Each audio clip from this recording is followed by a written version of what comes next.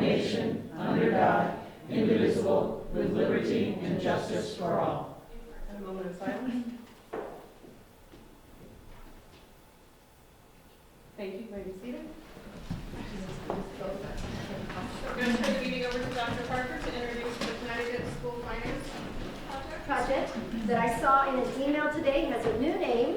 So it's good that I read my email. And they will soon be known as the School and State and School and State Finance Project. Yes. So a little bit of a change, which is awesome. But I'm excited to introduce Lisa Hammersley to you. Lisa is the co-executive director of the project, we'll call it.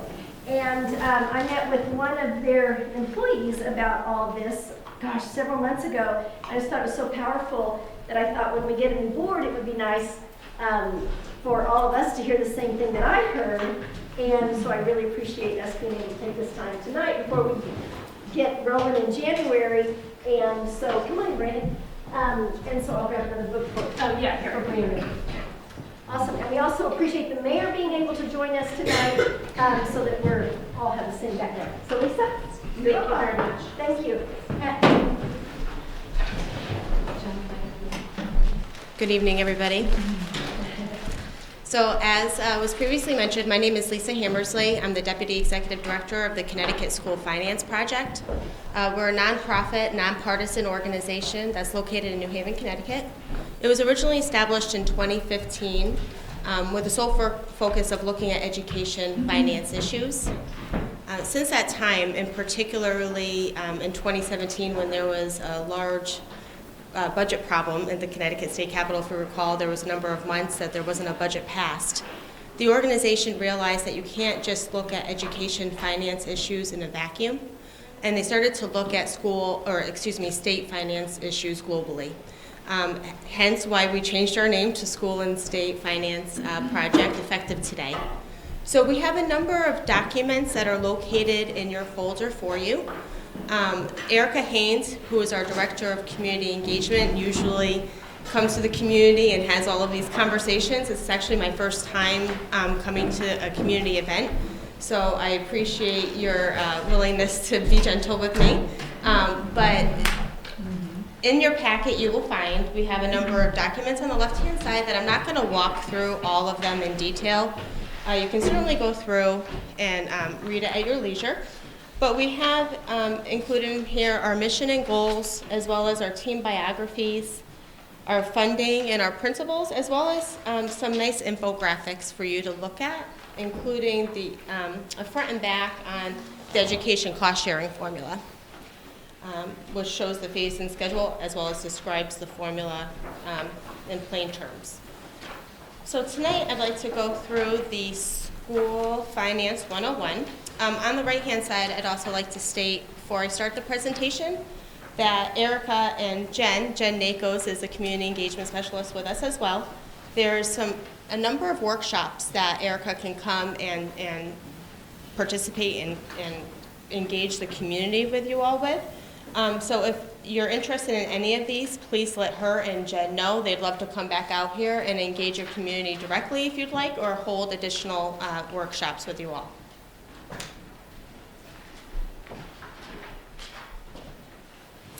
So as you see in the presentation, Erica has provided, excuse me, I'm just getting over a cold.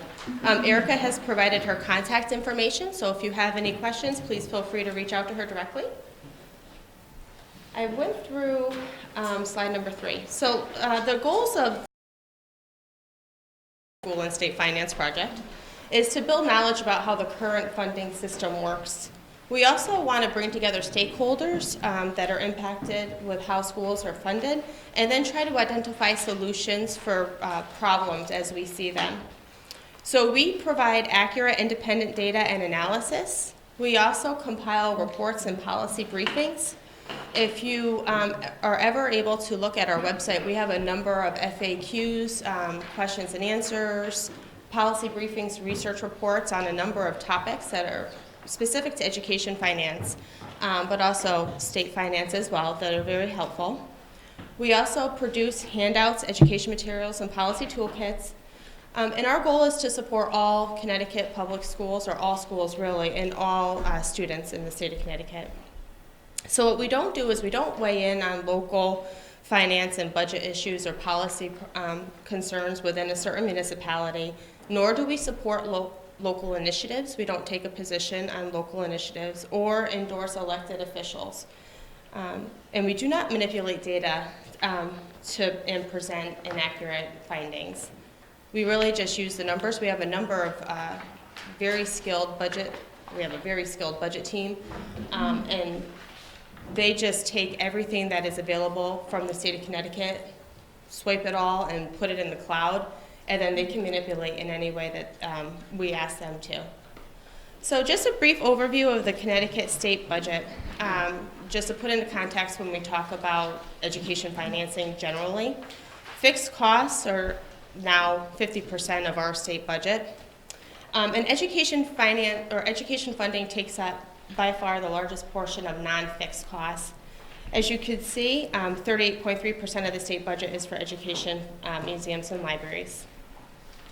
Of that 38.3%, the largest component is the education cost sharing grant and Alliance Districts grants, which is at 62% of education funding. And then the pie further breaks down the remainder of how state education funding is flowing from the state to municipalities. So when we talk about school finance, we're looking at how it impacts kids, schools, and communities. Here we give an illustration about Jacob and talk about how living in different communities impacts how much is spent to support Jacob and his education. When we look at per pupil expenditures, municipalities were just required last year to report due to a federal change per pupil expenditures at a school level. And actually STE just released this information 2 days ago. It wasn't presented, in my opinion, in a very helpful, user-friendly manner. It was basically just a data dump, PDFs with information for each municipality. And it broke it down by school. So for the first time, we're going to be able to see how much a municipality spends on per pupil in their district by school, which will allow municipalities and boards of education to then compare how they spend dollars in each of their schools, broken down by demographics, and compare themselves to peer communities to see how their spending compares. So looking at Jacob, if Jacob lives in New Milford and he's a second grader, apparently when he grows up he wants to be a pilot, how much funding does Jacob's school district receive to educate him? It depends on where he goes to school. So if Jacob goes to New Milford Public Schools spends on per pupil basis $14,257, of which the largest component by far is the New Milford component, which is at $10,800. However, if Jacob attended Regional District number 12, $29,482 would be spent to support him. Also, if he attended Sherman Public Schools, we could see that $18,138 would be spent to educate him. The largest variance there is, I think, the municipal contribution, which is much larger in Regional School District 12. So slide 25 shows how much funding would support Jacob for each of these three districts.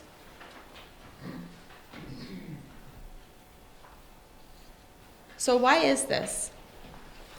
Education is not a fundamental right under the United States Constitution. So public schools fall under the authority of state and local government. In Connecticut, $11.1 billion is spent on education, of which $6.39 billion comes from the local municipality. So when we talk about equity in school finance, as we can see on slide 31, equality is sameness, which is giving everyone the same thing, but that only works if everybody's starting from the same starting point. So when we look at equity, we're talking about fairness and access to the same opportunities. So we need to ensure equity before we can enjoy equality. We look at why should we fund students based on their learning needs. We know that students that have different needs cost different to educate, right? If you're a low-income student or an English language learner or a student with disability, your need is different than a student that does not have any of those challenges. So when we look at the need, we broke down potential challenges. So for example, if you're from a low-income family, you could have unstable housing or unsafe conditions. Parents might not be able to dedicate time and resources to your education. So you might need additional support when you're in the school system in order to make yourself, or to help that child rise to a proper level. And we think that money matters. So earlier studies said that there was no relationship between school funding and student outcomes. However, many recent studies, and in the appendix, there's a full detail of all of the resources that you could check out. Funding does matter with student success inside and outside the classroom. Beginning on slide 38, we look at New Milford and the state of Connecticut. So over the past 10 years, the number of students in Connecticut public schools overall has declined. The same is true for New Milford. Public school population in New Milford has declined by 17.8% over the past 10 years. However, your student need has increased. Statewide, we see that Connecticut's low-income English language learner and special education populations have increased. That is also true for New Milford, which has seen a 3 percentage point increase in the number of students in poverty.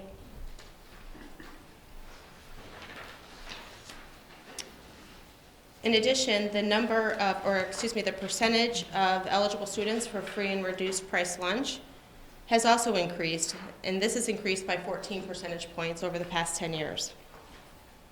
You have seen a percentage of English language learners also increase, but it's a smaller increase, just rising from 3 to 4% over the past 10 years. On slide 45, we break down how much New Milford Public Schools spends on their students as compared to similar and nearby districts. There's a typo. I noticed we're missing a 0. But New Milford spends roughly $2,000 less than the state average of $16,988. At the bottom of that chart, you see that we broke down the free and reduced price lunch, English language learner, and percentage of the population that is special education for you to go ahead and compare. With regards to state funding, New Milford receives just shy of $2,800 per pupil in education funding from the state, which is more than all but 2 of its peer towns. So as we see, the state average is $5,084. And as previously stated, New Milford receives $2,794. So that might lead you to ask, how does the state determine how much money each town should get? Connecticut currently has over 10 funding formulas to distribute money to schools to educate their students. The main formula that is used, however, is the Education Cost Sharing Grant. And this is approximately $2 billion in state education funding to public schools each year. The state has an ECS formula. This began in 1877 with the Horton v. Meskel decision, which ruled that an education funding system that allows property wealthy towns to spend more on education impedes a student's constitutional right to an equal education. So as a result, the legislature enacted the Education Cost Sharing Grant. In theory, the ECS grant is supposed to make up the difference between what a community can afford and what it costs to educate the child.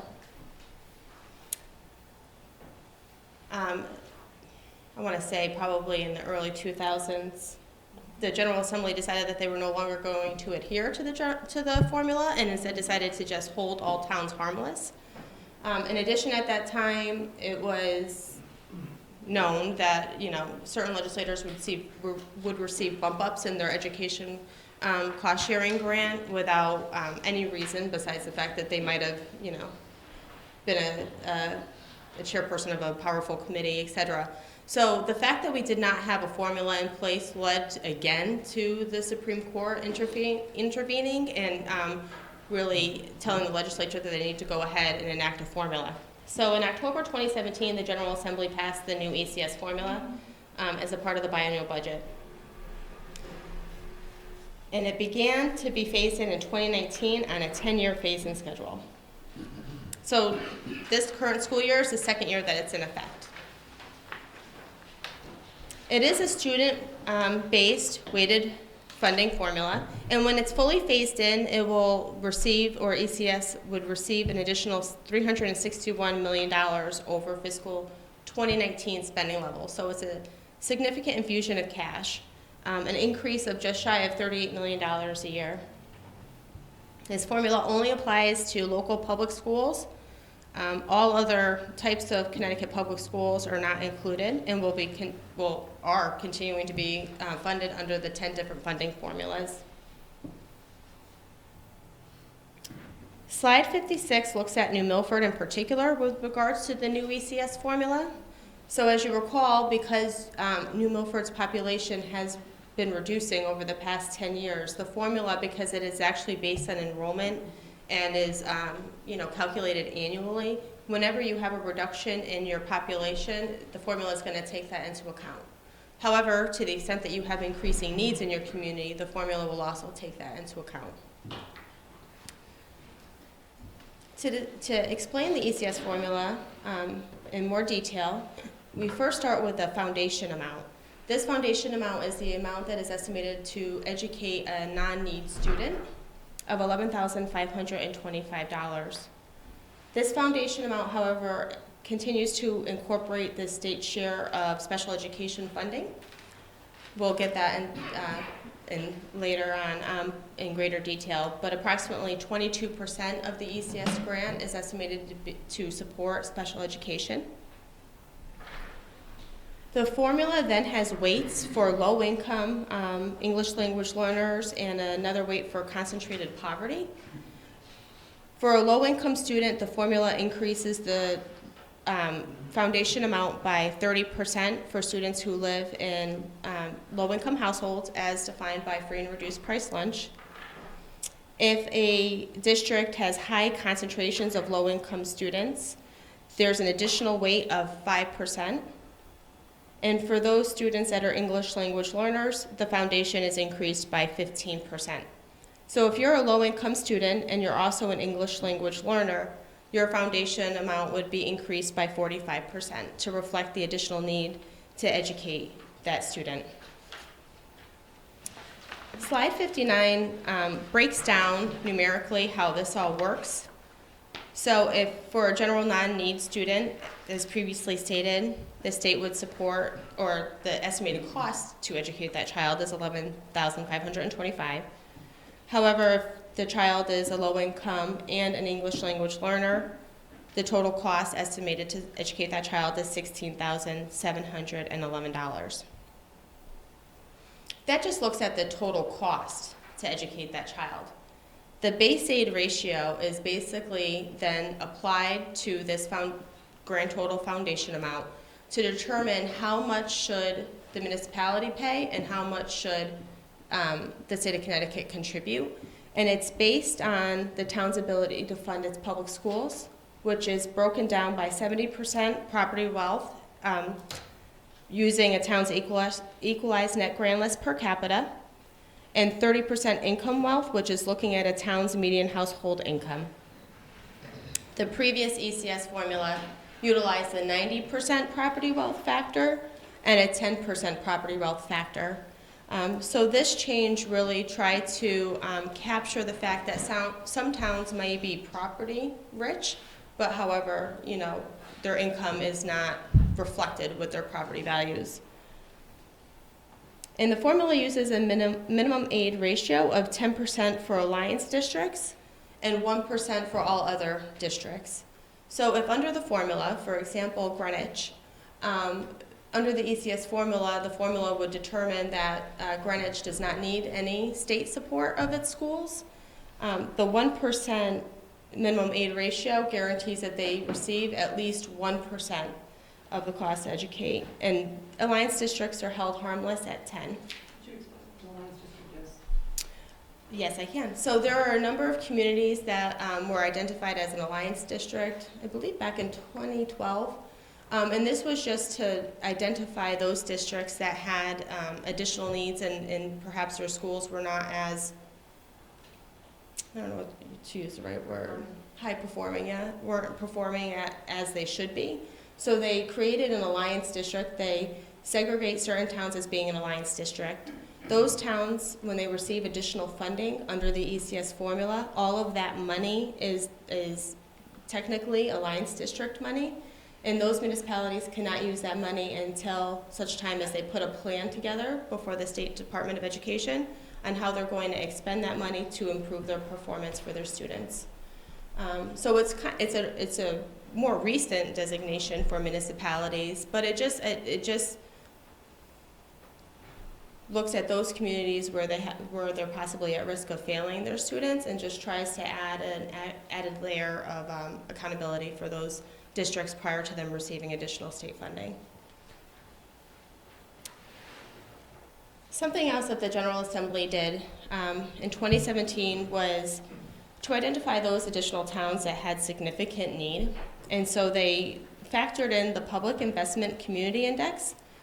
Any municipality that has a score over 300 actually has additional points just added to its base aid ratio. And so, as you can see, there were 19 towns that had a Pic Index score over 300. And depending on where the town was ranked, if they're from 1 to 5, 6 to 10, 11 to 15, or 16 to 19, they get additional points added to their base aid ratio. As previously stated, the ECS formula is currently being phased in over 10 years. For those towns that are receiving an increase in ECS funding over their 2017 grant, the increase is phased in by 10.66% a year, so that in fiscal 2028, the towns would receive 100% of their ECS grant. For towns that are receiving a decrease in ECS funding compared to their fiscal 2017 grant, so that would be New Milford, their decrease is being phased out by 8.33% a year. Just to provide a little bit of context before we leave the formula, at this time, Governor Malloy was proposing to wipe out certain municipalities from all funding. And I actually worked in the General Assembly at the time in one of the legislative caucuses. And getting policymakers to agree to a phase-out was honestly an accomplishment because the governor wanted to just zero them out or bring them right back down to whatever the formula said immediately and overnight.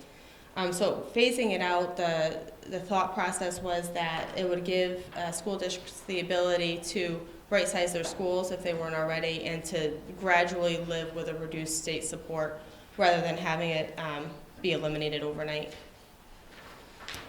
So looking at the alliance districts that are held harmless, there's 33. Slide 63 shows the list. And as previously stated, this is a real formula, so it's going to be calculated on an annual basis. If we looked at an example town of Bristol, and Bristol saw a 5% increase in enrollment, their grant would increase if their enrollment actually increased by 5%. Instead of having a grant of $47.3 million, if all the inputs remained the same, they would receive $47.6 million. So while the ECS formula takes steps towards an equitable funding stream from the state of Connecticut, it falls short in many areas, one of which is that it maintains more than 10 different funding formulas for Connecticut public schools. All other schools, magnet schools, charter schools, the technical and career system, VOAGs, and open choice continue to be funded by the other 10 formulas. The other formulas are not at all based on student and community need. And it also continues the challenges of districts having to be charged tuition. We have talked to the policymakers last legislative session about the fact that the free and reduced price lunch metric for counting low-income students is problematic. It's problematic because when the federal government enacted the community eligibility process, whereby certain municipalities, if they have very high low-income student thresholds or free and reduced price lunch thresholds, the entire municipality was covered for free and reduced price lunch from the federal government. As a result, and because municipalities have to directly certify their students, that's what the federal government requires for CEP eligibility, many municipalities are no longer doing the paper forms for free and reduced price lunch. They're relying on direct certification, which is when the Department of Social Services and the State Department of Education work together, and the Housing Department work together to capture all those kids that are receiving Medicaid, SNAP, any housing assistance. So it's a more accurate collection or identification of students that are actually low income, because they are participating in all of these other programs that have high utilization rates. So we have talked to legislators about the problem that the low-income metric remains a challenge, and we will continue to do so. But there's some data integrity issues with the free and reduced price lunch numbers that SDE themselves have identified, and so we're working with them to try and resolve the issue so that more accurate data can be used in the calculation of the ECS grant. So getting to funding for special education, as previously stated, the ECS formula, approximately 22% of it is supposed to be aid incorporated in the foundation for special education. We believe that continuing to incorporate special education in the foundation puts Connecticut at risk for its maintenance of support. If Connecticut were to reduce the ECS grants due to fiscal distress, such a reduction would result in a reduction in state support for special education, so the state could be held liable and not be eligible for federal IDA funding. We have advocated and talked to policymakers about separating out special education from the ECS grant. However, it's hard for legislators to say that they're bringing home 22% less ECS grant, even though they're being made whole on a separate grant line item. So I don't hold out a lot of hope that that will ever happen, but it's definitely good policy. So we're concerned about the formula. We hope that policymakers continue to fund the 10-year phase-in.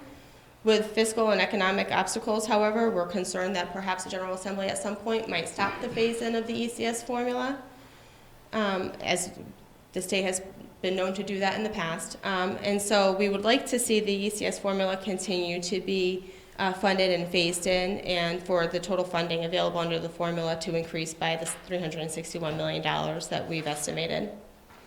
So looking at special education in particular, over the past 5 years, if you recall, over the past 10 years, population generally in Connecticut public schools has declined. However, the number of special education students in Connecticut has increased by just shy of 20%. So this is a 2 percentage point increase in the identification rate over the past 5 years, going from 13% up to 15%. At the state level, special education spending has been predictable. It's been increasing, but it's been increasing at a predictable level every year. Over the past 5 years, total per pupil spending has increased, while special education spending per pupil has increased by a far lesser amount. So total per pupil spending has increased by over $1,800, while special education spending per pupil has increased by $78.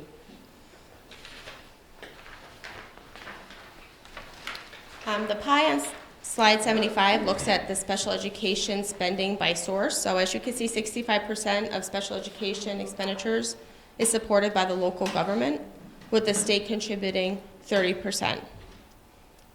The percentage contribution from each source has remained relatively steady since 2013. As you can see, the local government is continually providing 62 to 70% of special education expenditures annually. The state currently spends $785 million on special education. of which $449 million is that 22% from the ECS grant. The state also supports $141 million worth of excess costs, and then just shy of $200 million is special education expenditures that is actually made by state agencies, so such as DCF and DMS. The largest state support of special education is the ECS share, that 22%, which is at 57%. And excess cost is just 18%. So that's the only other money that is, directly received by the municipality. As I previously stated, the General Assembly decided in 1995 to increase the foundation to reflect support of special education. So that's when the ECS grant started to contain some money to support special education. The other $141 million that I previously mentioned, the excess cost, this reimburses districts when expenditures for special education students is 4.5 times greater than the district's spending per pupil. So what that means is, you get your grant from the state of Connecticut, which is at X dollars. You then have to spend, the town then spends up to 4.5 times of what they typically spend to educate a non-need student. Once the municipality spends 4.5 times, then the state of Connecticut will start to contribute. So the town is contributing all of that difference there.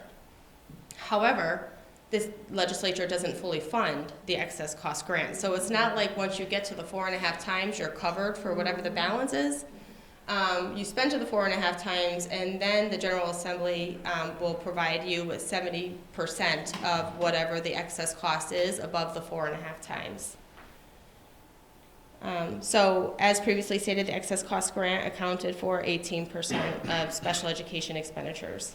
It's those very high need students and very costly students. As you can see on page 81, regardless of wealth, districts spend about the same percentage of their total expenditures on special education, which is kind of crazy. As you can see, they range from 21 to 25%, regardless of wealth.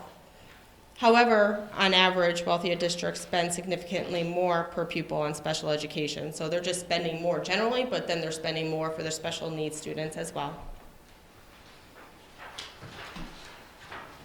When we look specifically to New Milford, over the last 5 years, the total number of special education students has increased by 7. Slide 85 shows the total special education spending in New Milford over the past 5 years. Total special education spending has increased. It's as of 2017, which is the latest data that we have, it was just shy of $15 million. And the total spending per pupil has increased for New Milford over the past 5 years for special education students. In 2017, this figure was $25,645, and in 2013, the total spent per special needs student was $22,286. So an increase per special needs student.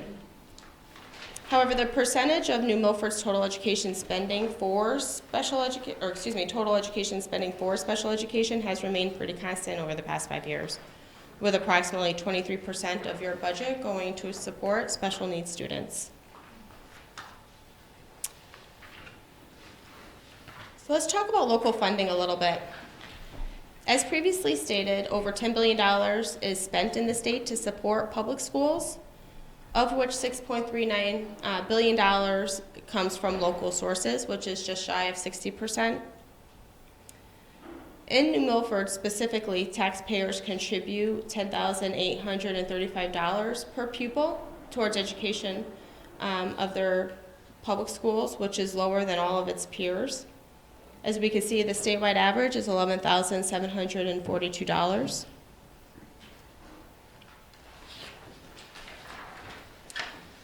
So I know that you all know this, so please bear with me, but how much do city and towns contribute towards their public schools? So basically, city and towns need to make up the difference between what the school district budget is and what the local public school system receives from federal and state revenue. Who decides how much money is in the school budget? The superintendent, she recommends, or he recommends, a school district budget to the Board of Education. The Board of Education then approves the budget. The city and town approves the school district's budget as part of their municipal budget. It may be more or less than the Board of Education's recommendation. In some towns, there is a referendum where the citizens come out and must approve the budget, which includes the school budget as a whole. There's a wrinkle there, though, because the state of Connecticut has a minimum budget requirement, which is also known as an NBR, which is applied to all communities, and how much municipalities must support the local school districts. According to the NBR, a town may not budget less for education than it did in the previous fiscal year unless it meets certain exceptions. And if a town fails to meet its NBR, the state can withhold ECS funds in an amount equal to the difference between what the NBR was and what the town actually budgeted to support education. Towns and alliance districts are not permitted to reduce their education expenditures and are not eligible to take any of the NBR exceptions. However, the state's 10% highest performing districts do not have to adhere to the NBR. So prior to this most recent budget, there were already existing exceptions to the NBR. As previously stated, a non-alliance district, or I did not previously say this, but a non-alliance district may reduce its NBR if it has a reduction in its ECS funding. However, the reduction needs to be equal to or less than the reduction in the ECS funding. If a district does not maintain a high school and the number of students for which it pays tuition reduces, the town may reduce its NBR by the difference between the number of students it paid tuition for the previous year and the number of students it currently pays tuition for, multiplied by the cost of tuition. The Commissioner of Education may allow a town to reduce its NBR by an amount determined by the Commissioner if the town school district has closed one or more schools due to declining enrollment. And member towns of a newly formed regional school district do not have to adhere to the NBR for the first full year following its establishment. We have some new exceptions to the NBR. Rather than have just a one-year look back in terms of enrollment, municipalities may decide to have a 5-year look back. The reason why this change was made is because you might have 10 students leaving your district every year, which is not as significant as acknowledging the fact that over 5 years you've had 50 students leave your district. You're much more limited in terms of what you can do to reduce costs when it's just 10 students per district as opposed to 50. So the 5-year look back can only be used once so that the same student cannot be counted twice, but it does provide additional flexibility for municipalities that have declining enrollment. Also, if a district has new savings through efficiencies, they can apply to the Commissioner of Education. This could be through regional collaboration or just cooperative arrangements to reduce its NBR by half of the achieved savings, provided that the amount does not exceed 0.5% of a district's budget. And also a recent change is that expenses that are incurred as a result of a catastrophic insurance loss can be excluded from expenditures when calculating the NBR the following year.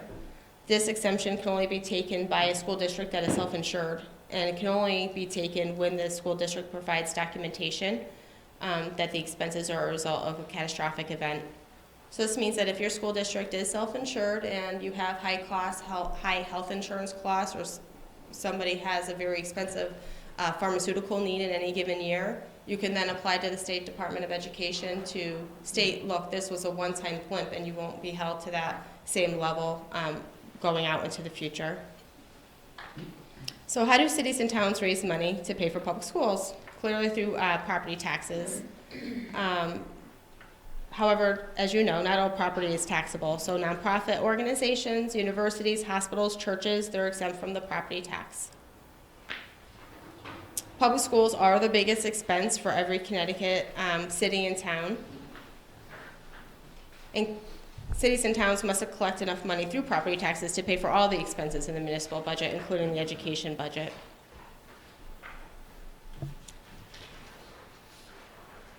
Each city and town has a different amount of property that is available for the municipality to tax, which is known as the grand list.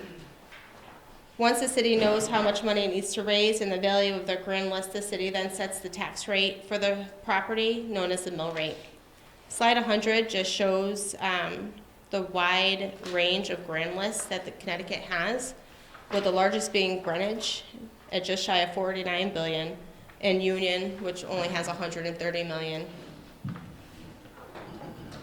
The equalized net grand list per capita represents the value of taxable property per resident. New Milford's equalized net grand list per capita falls in the middle of the equalized net grand list for its peers towns in the state median. So we can see New Milford equalized net grand list per capita is just over 150,000, whereas the state median is 135,000. The next slide looks at median household income and refers to the income earned by a given household, where half of the homes in the area earn more and half of the homes in the area earn less. New Milford's median household income falls in the middle of median household incomes for its peer towns in the state median at $83,676. The next slide just shows the wide range of mill rates in Connecticut. There's almost a 63 mill rate spread between the highest mill rate in Connecticut as well as the lowest mill rate in Connecticut. New Milford's mill rate is higher than the mill rates for most of similar towns at 28.17 in fiscal year 2019. And the amount of property taxes that Connecticut residents pay varies widely depending on where they live, right? Depending on the mill rate that is assessed against their house or property. So as we can see in New Milford, with a mill rate of 28.17, property tax on a $200,000 house is just shy of $4,000. Whereas if you lived in Bethlehem, you'd be paying just shy of $3,400, etc. So I just want to talk briefly about how other types of public schools are funded. As previously stated, there's 10 more formulas in place. For magnet schools, there are 5 different funding formulas. Charter schools have 2 different formulas. The Connecticut Technical Education Career System is entirely state funded, so that has its own formula, which is the total cost. Agri-science schools has 1 formula, as well as open choice programs. As you can see in slide 108, Connecticut's other education funding formulas are not based on student learning needs. So if you are a student that resides in Hartford, for example, and you are low income and you're an English language learner, the state does not adjust how much it supports that student if they attend a charter school or a magnet school, for example, like it does for the ECS Formula, where it identifies or captures the fact that students with different needs have different educational expenses associated with it. So looking specifically at magnet schools, there are 5 different formulas. The formulas depend on whether the magnet school is run by a RESC or a local public school district, whether or not the magnet school was created because of the Sheff versus O'Neill settlement. There's also one magnet school in Meriden that has its own funding formula entirely. RESC operated magnet schools and some host district magnet schools can charge tuition to the sending district for the amount it costs to educate the student above the state's per pupil allocation. Charter schools have 2 different funding formulas. The formula for a charter school depends on whether it is a state or a local charter school. State charter schools receive a flat amount of $11,250 per student. They do not receive local funding.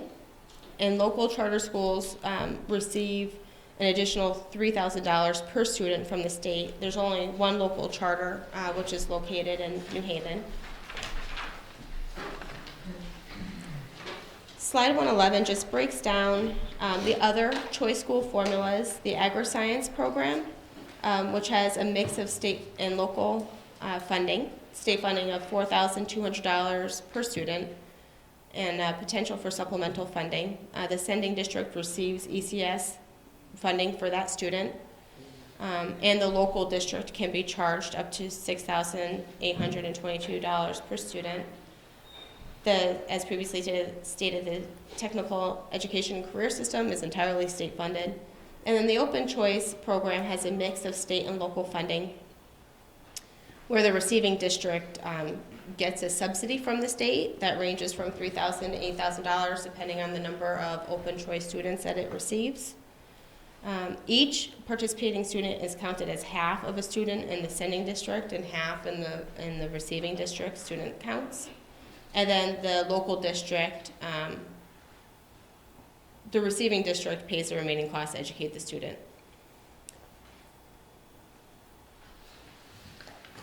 Slide 113, I think, is very community-based, what you can do to join the conversation. You could talk about school finance, you could attend municipal meetings.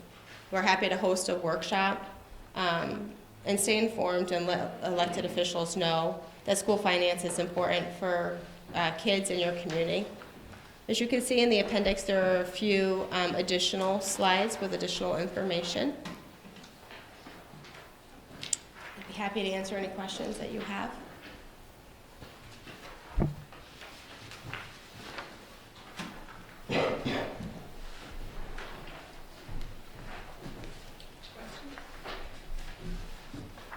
I have a few. So on slide, excuse me, I'm a little cold. So on slide 8, I think it was. Yes, 80, sorry.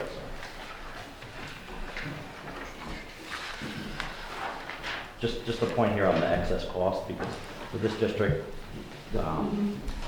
we receive the excess cost directly. ECS goes to the town. It's a hard number to peg down because, as you said, the reimbursement amount, even if we met that amount, dollar for dollar above there, doesn't get reimbursed. But also, everyone has to remember when we're budgeting for that now, for next year, it's really 18 months out. And even if we will never have all the same students from the budget that we'll end up with. So it's all over the place, and we can have more students move in or not. So even if everything was the same, we would never hit that amount based on what the state gives us back. And then we might have one student who was at $100,000 for, so $60,000 of that qualifies, and that's one student in excess cost. And we might have 5 more come in and that one student leave, and those 5 more might all just rest right below that threshold. We don't get a single dollar back for it. Yeah, it's a significant problem. It is. Yeah. Thank you for that clarification. We've had many discussions as a board with excess costs and ECS and how it plays into our budget with those surprises that come into play every year, taken out of our operational budget. So. Absolutely.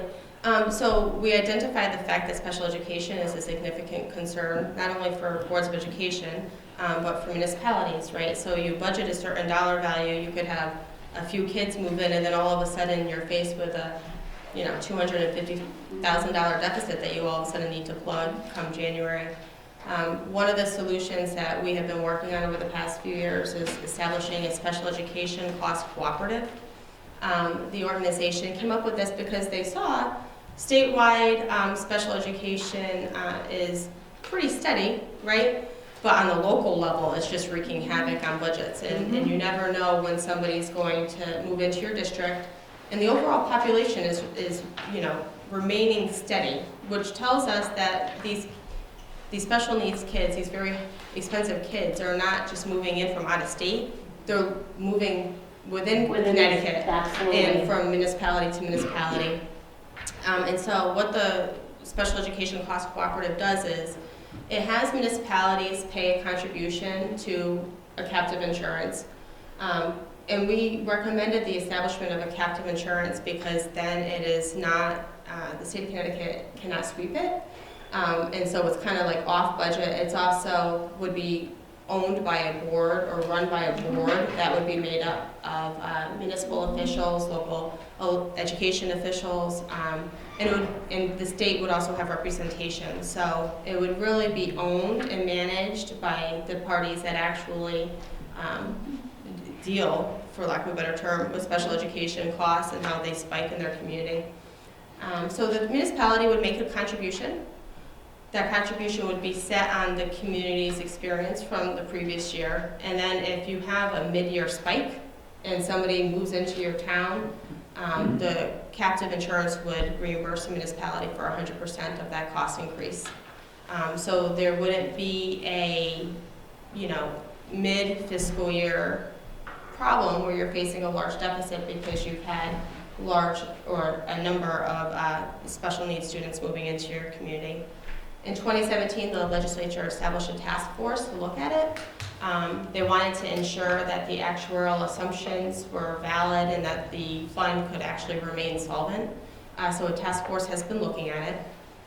Our original recommendation was to start from the first dollar of special education because there's a large fluctuation between your per pupil expenditures and then hitting that 4.5 times. You could have a few special need kids move into your community and they cause a significant hole in your budget. They don't reach the 4.5 times, so you're getting no state support. But that would result in the state needing to carve out that 22% of special education from ECS, which policymakers are just frightened of. They don't ever want to go home and have a reduced ECS grant for their town. And so the task force recommended that instead of doing it from the first dollar, that the state contemplate enacting an excess cost special education cost cooperative. So once again, it would only help when a student hits that 4.5 times threshold, but it does provide stability for municipalities. And we've talked to a number of organizations about it. The Connecticut Conference of Municipalities enjoys it. And so this mechanism has nothing to do with the delivery of service. That's a big myth out there. It only has to do with actually just paying for the special education expenditures, not the delivery of service. There's nothing that we could do that would change the IEP process or the determination of what services are needed on a per child basis, but it's just with the cost of the kids. So we're going to be working with the General Assembly this year again, now that the task force has completed its report, to see if the cost cooperative is something that they're interested in enacting in the future. Thank you. One more, if you don't mind. That was on excess cost. Another one is on ECS on slide 58. So here's where we identify the weights that go to that base aid ratio. And I want to ask a question about the low-income student weight. So that's 30%, and that's based on the free and reduced. And I also heard you say that more of these more people are being identified in the free and reduced by being, they're directly enrolled through what kind of medical insurance they might be on, stuff like that. But I also heard you say that there is some issues with that data. I would think if they were being auto-enrolled, already getting services in other state programs, that data would get better. But what's your thoughts on that? I don't know what the issue is. So the data integrity issues that we have is in regards to the free and reduced price lunch number. With the community eligibility provision that the federal government enacted, while 100% of a municipality might be eligible for free and reduced price lunch at their schools and receive those meals, that doesn't result in their free and reduced price lunch count being increased to reflect the fact that 100% of the district is being covered for free meals. The municipalities are just required to use this process known as direct certification. And I think that, mostly the larger communities, I don't know if your community does the direct certification. We do. You do. So the larger communities most definitely do. And it's just a more accurate compilation of low-income students in a town. We're finding that, SDE has found that there's some data integrity issues with regards to the free and reduced price lunch counts. They're just concerned about the numbers that are being reported back to SDE.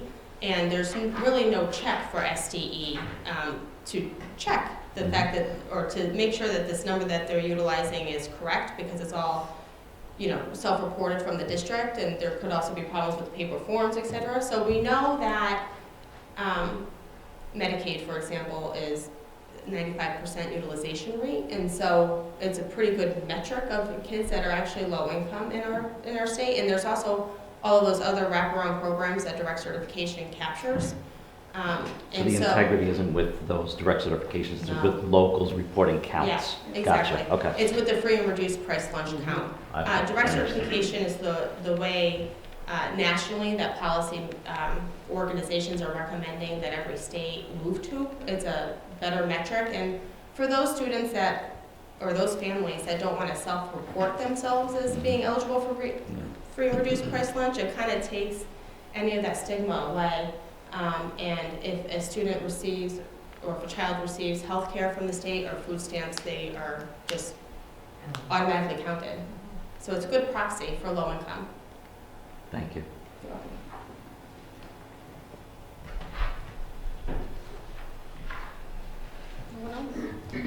So the last comment, does that explain the difference on slide 42 and 43? Because the poverty rate is 3%, and yet the free and reduced price lunch is a 14% increase over the same time frame? Why are those percentages so different?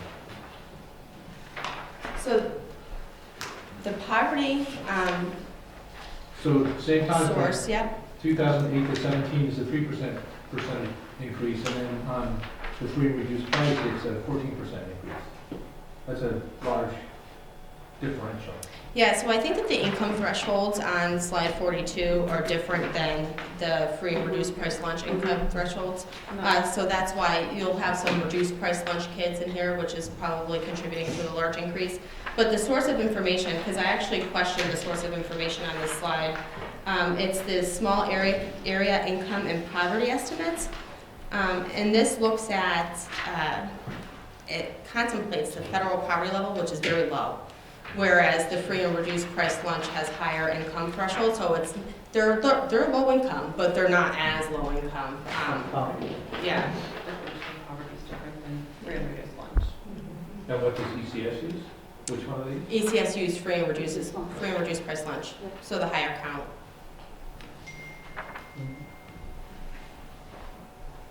Yes. Question for you on your slide 102, your median income. How did you derive that median income of $83,676?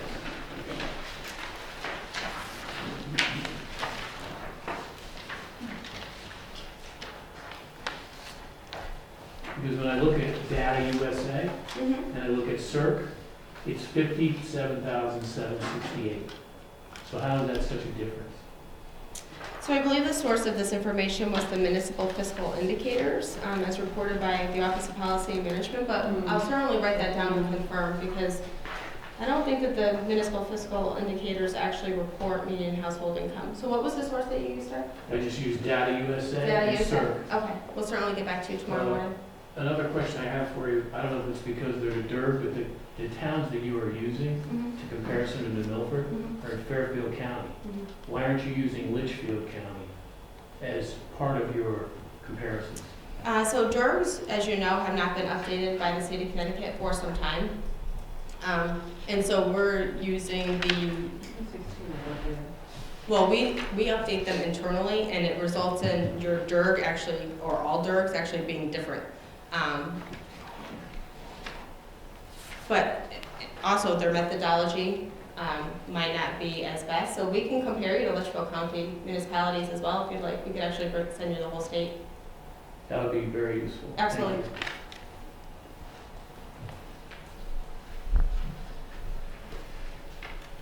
We use DERGs just because that's, how school districts kind of compare themselves. They are not necessarily the best comparison between like communities.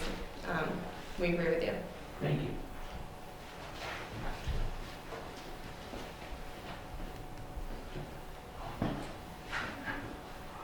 Questions?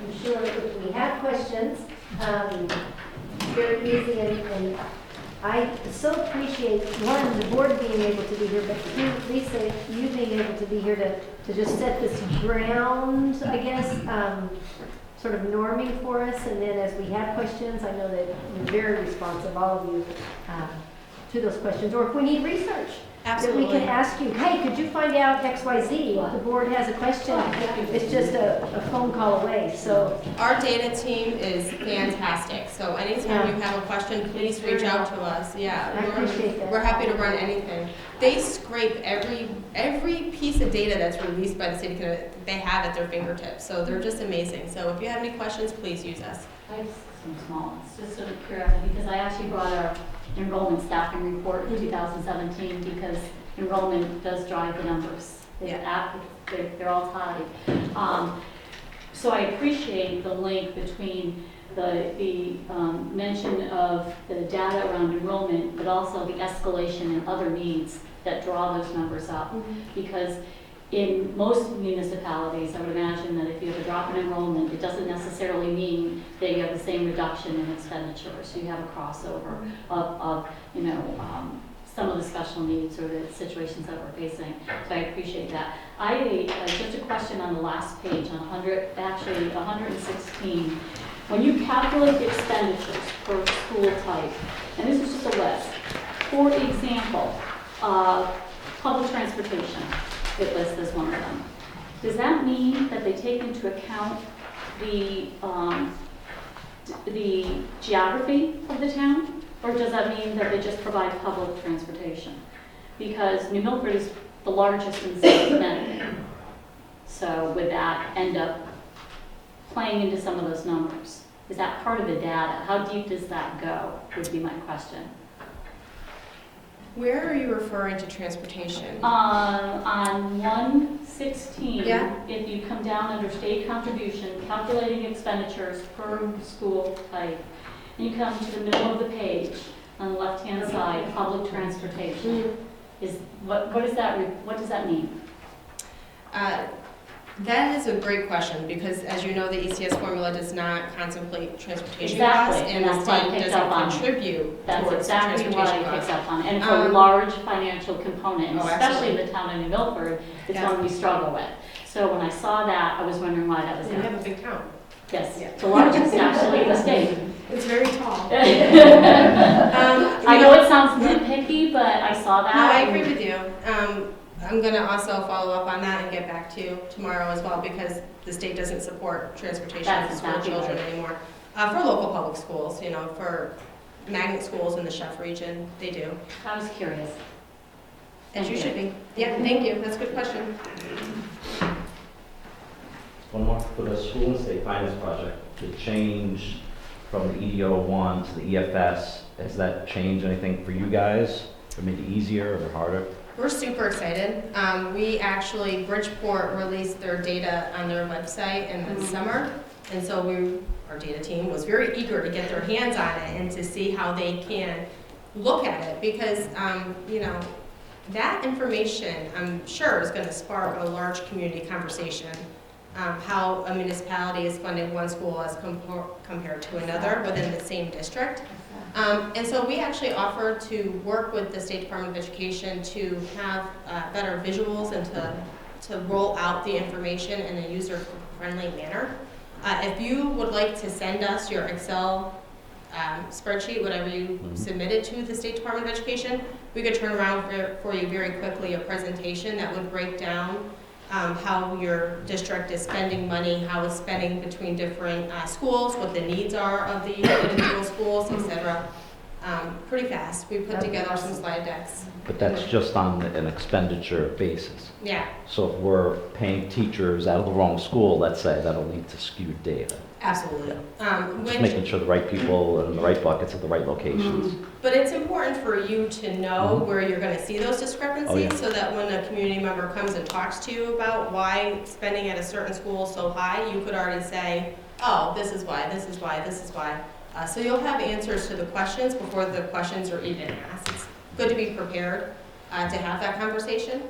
As I said, I don't think that how the State Department of Education released the data, that it's going to result in a meaningful conversation at this point, because it's not It's just literally just numbers on a page. But at some point, people are going to take all those numbers from those PDFs and they're going to start to make comparisons on their own.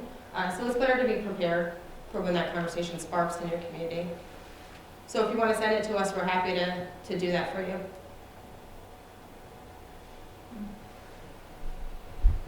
Wendy, you said you had some others. Did you have any questions? I have, it's probably a silly question, but I'll throw it out there.